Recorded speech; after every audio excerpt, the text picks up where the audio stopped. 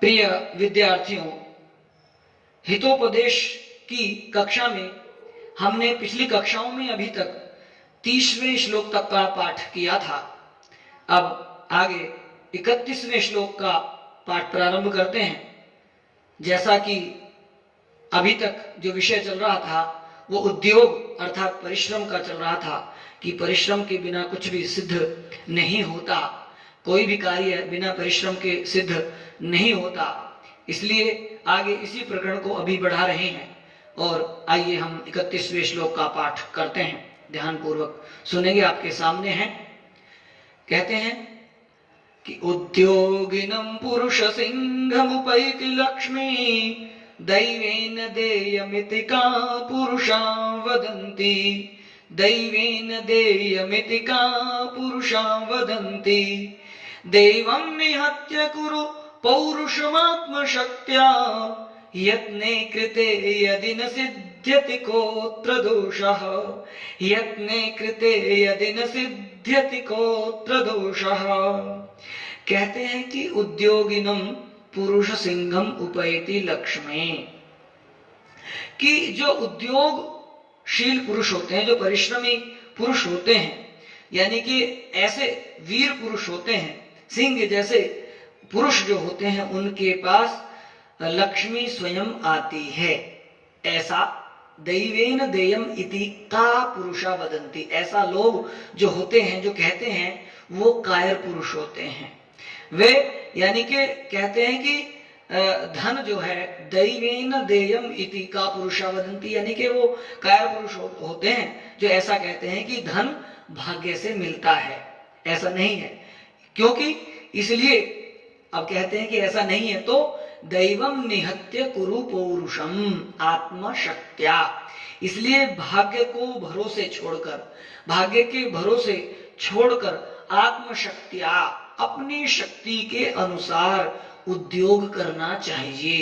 कुरु यानी कि मनुष्य को परिश्रम करना चाहिए। और ऐसा भी होता है कि यत्ने कृते यदि न सिद्ध्यति, यानी कि प्रयत्न करने पर, पौरुष करने पर यदि कार्य सिद्ध नहीं होता है तो भाग्य को दोष नहीं देना चाहिए, बल्कि को अत्र दोषः, कि कहाँ क्या कमी है, ऐसा सोच करके, ऐसा देख करके उसमें क्या त्रुटि है, ऐसा सोच करके उद्योग को, परिश्रम को छोड़ना नहीं चाहिए, भाग्य के भरोसे नहीं रहना चाहिए। यदि एक बार कार्य सिद्ध नहीं हुआ तो पुनः से प्रयास करना चाहिए, बार बार प्रयास करना चाहिए, उसमें भाग्य को दोष नहीं देना चाहिए। वो लोग कायर पुरुष होते हैं जो भाग्य के ऊपर छोड़ करके कार्य को छोड़ देते हैं और उसके भरोसे रह जाते हैं। इसलिए उद्योग यानी कि परिश्रम हमेशा करना चाहिए। आगे कहते हैं 32वें श्लोक में कि यथा येकेन चक्रेण, यथा येकेन चक्रेण न रथस्य गतिर्भवेत्, एवं पुरुषकारेण बिना दैवम न सिद्ध्यति, बिना दैवम न सिद्ध्यति। कहते कि जैसे यथा ही एकेन चक्रेण न रथस्य गति भवेत्, जैसे एक पहिए से रथ नहीं चल सकता, जैसे एक पहिए के द्वारा, यानी कि एक पहिया है और एक पहिया नहीं है तो उससे वाहन चल नहीं सकता, उसी प्रकार एवं उसी प्रकार पुरुषकारेण बिना दैवम न सिद्ध्यति, उसी प्रकार बिना उद्योग के, बिना परिश्रम के, केवल भाग्य की सिद्धि से कार्य सिद्ध नहीं हो सकता, यानी कि सिद्धि सिद्ध नहीं हो सकती। इसीलिए भाग्य के भरोसे नहीं रहना चाहिए। और भी कहा है इसी प्रकरण में 33वें श्लोक को हम देखते हैं। कहते हैं कि पूर्व जन्म कृतम कर्म तद्दैवमिति कथ्यते, तस्मात् पुरुषकारेण यत्नं कुर्यात् तदन्द्रितः, यत्नं कुर्यात् अतन्द्रितः।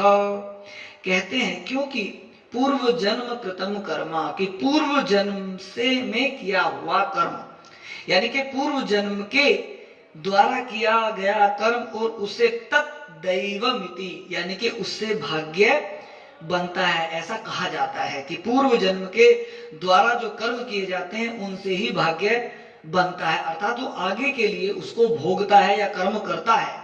ऐसे ही तस्मात् पुरुष कारेण, ऐसे ही यानी कि इसलिए ऐसा सोच करके ही पुरुष यत्नम कुर्यात् अतन्द्रितः, यानी कि मनुष्य को क्या करना चाहिए, पुरुषार्थ अर्थात परिश्रम ही करना चाहिए, उद्योग ही करना चाहिए, भाग्य के भरोसे नहीं रहना चाहिए। आगे 34वें श्लोक को देखते हैं, कहते हैं कि यथामृत पिंडतः कर्ता कुरुते यद्यदिच्छति एवमात्मकृतं कर्म मानवः प्रतिपद्यते, मानवः प्रतिपद्यते, कि कहते हैं कि यथा मृत पिंडतः कर्ता अर्थात जैसे कुम्हार होता है और वो मिट्टी के पिंड से, मिट्टी के एक पिंड से, टुकड़े से जो चाहता है, जो बनाना चाहता है, जो करना चाहता है, यद यद दिच्छति, जो भी चाहता है, जो करना चाहता है वो उसको बना देता है परिश्रम के अनुसार, यानी कि परिश्रम से करता हुआ उसको वो जो चाहता है वो बना देता है। जिस प्रकार का उसको बर्तन या पात्र बनाना होता है वो बना देता है। उसी प्रकार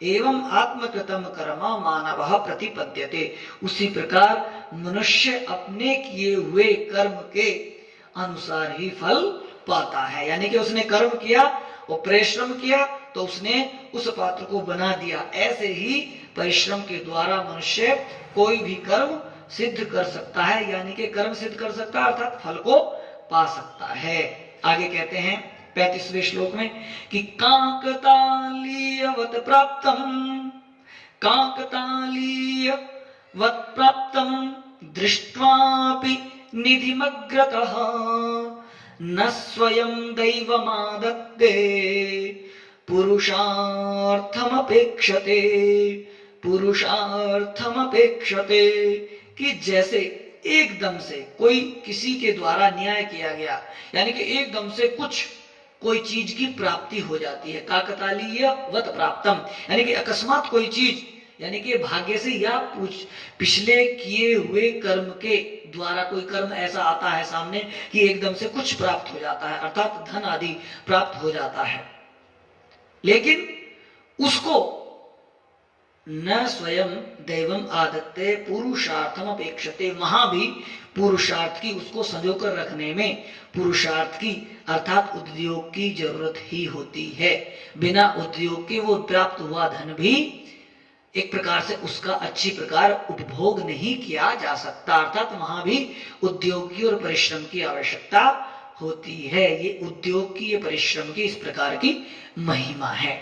आगे उद्योग के बारे में ही कहते हैं 36वें श्लोक में कि उद्यमेन हि सिद्ध्यन्ति कार्याणि न मनोरथैः, उद्यमेन हि सिद्ध्यन्ति कार्याणि न मनोरथैः न हि सुप्तस्य सिंहस्य प्रविशन्ति मुखे मृगाः, प्रविशन्ति मुखे मृगाः, कि उद्यमेन ही सिद्ध्यन्ति कार्याणि, कि उद्यमेन उद्यम के द्वारा ही, परिश्रम के द्वारा ही, सिद्ध्यन्ति कार्याणि कार्य सिद्ध होते हैं, परिश्रम के द्वारा ही कार्य सिद्ध होते हैं। न मनोरथे यानी कि मन के द्वारा नहीं, मन में कोई चीज आई और वो कार्य सिद्ध हो गए ऐसा कभी नहीं हो सकता। उदाहरण देते हैं कि नहीं सुप्तस्य सिंहस्य, जिस प्रकार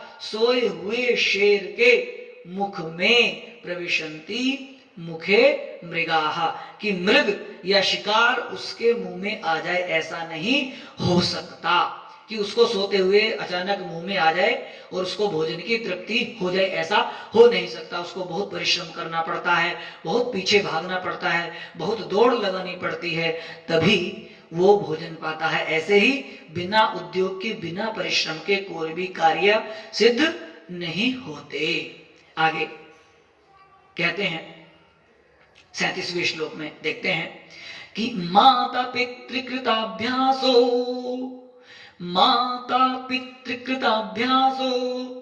गुणितामेति बालकः न गर्भच्युति मात्रेण पुत्रो भवति पंडितः। पुत्रो भवति पंडितः कहते हैं कि माता पितृकृताभ्यासो यानी कि माता पिता के अभ्यास कराने से ही गुणितामेति बालकः बालक के अंदर गुण आते हैं, अर्थात बालक जो गुणी होता है वो माता पिता के अभ्यास कराने से ही होता है। कि न गर्भच्युति मात्रेण अर्थात न कि जन्म होने से कोई पुत्रो भवति पंडितः यानी कि वो किसी विशेष व्यक्ति के गर्भ में व्यक्ति यानी कि व्यक्तित्व वाली कोई माता है, विदुषी है, और उसके द्वारा कोई बालक जन्म हो गया और वो जन्म होते ही पंडित हो गया, ऐसा नहीं हो सकता। उसको उनके द्वारा अभ्यास कराने से ही वो बालक विद्वान हो सकता है, बुद्धिमान हो सकता है, न कि जन्म से। इसलिए माता पिता के अभ्यास से ही उसके अंदर समस्त गुणों का आधान होता है। आगे 38वें श्लोक में इसी विषय को कहते हैं कि माता शत्रु पिता वैरी येन बालो न पाठितः न शोभते सभा मध्ये हंस मध्ये बको यथा। न शोभते सभा मध्ये हंस मध्ये बको यथा कि कहते हैं कि वे माता और पिता शत्रु के समान हैं।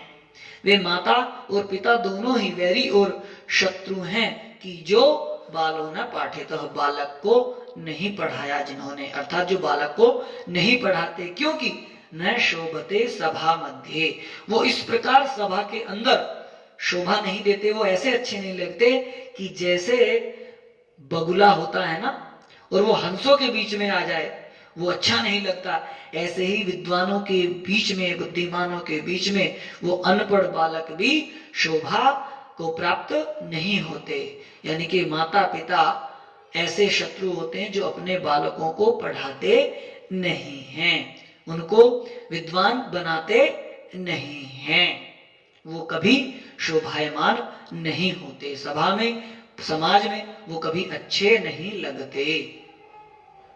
आगे बढ़ते हैं 39वें श्लोक की ओर। कहते हैं कि रूप यौवन संपन्ना विशाल कुल संभवाः विद्याहीना न शोभन्ते निर्गंधा इव किंशुकाः।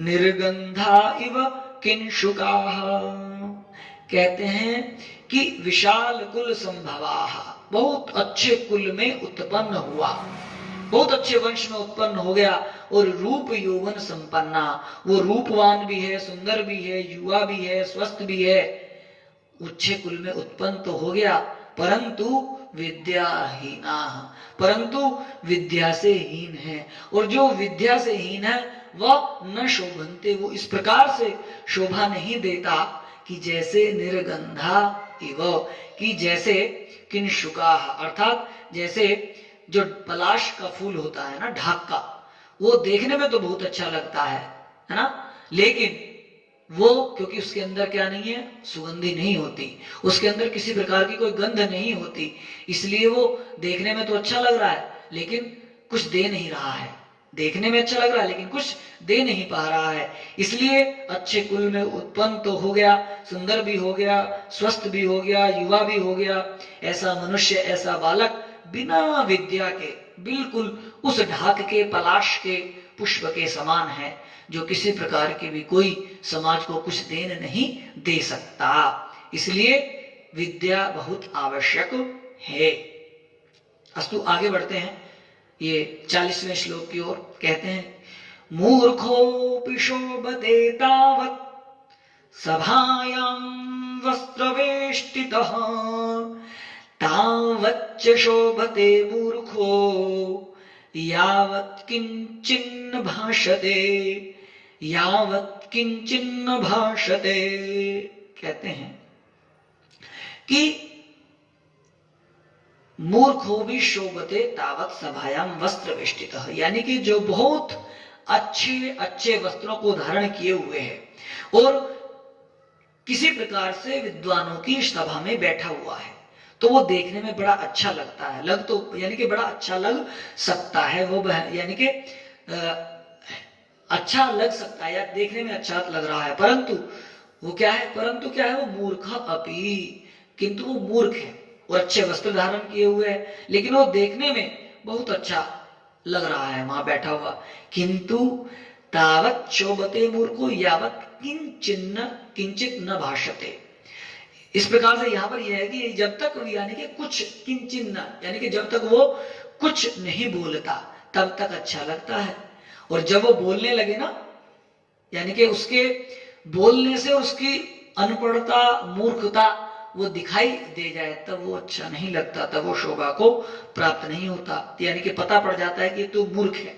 इसलिए यानी कि बालक को विद्यावान विद्वान बनाना चाहिए। वो अच्छे कपड़े पहन ले, अच्छे वस्त्रों को धारण कर ले, विद्वानों की सभा में बैठ जाए, कुछ देर तक अच्छा लगेगा, परंतु उसके बाद जब वो बोलेगा और उसकी मूर्खता का पता चलेगा, उसकी अनपढ़ गंवारता का पता चलेगा, वो शोभा को प्राप्त नहीं होगा। पता लग जाएगा कि ये तो बड़ा मूर्ख है, उसकी अविद्या यानी कि विद्या से दूर होने का पता लग जाएगा, तो बड़ा यानी कि अशोभनीय होगा। इसलिए विद्या की प्राप्ति करनी चाहिए। अब यहीं पर हम 40वें श्लोक तक इस कक्षा को समापन करते हैं। आगे की कक्षा, आगे के श्लोक अगली कक्षा में हम प्रारंभ करेंगे। सभी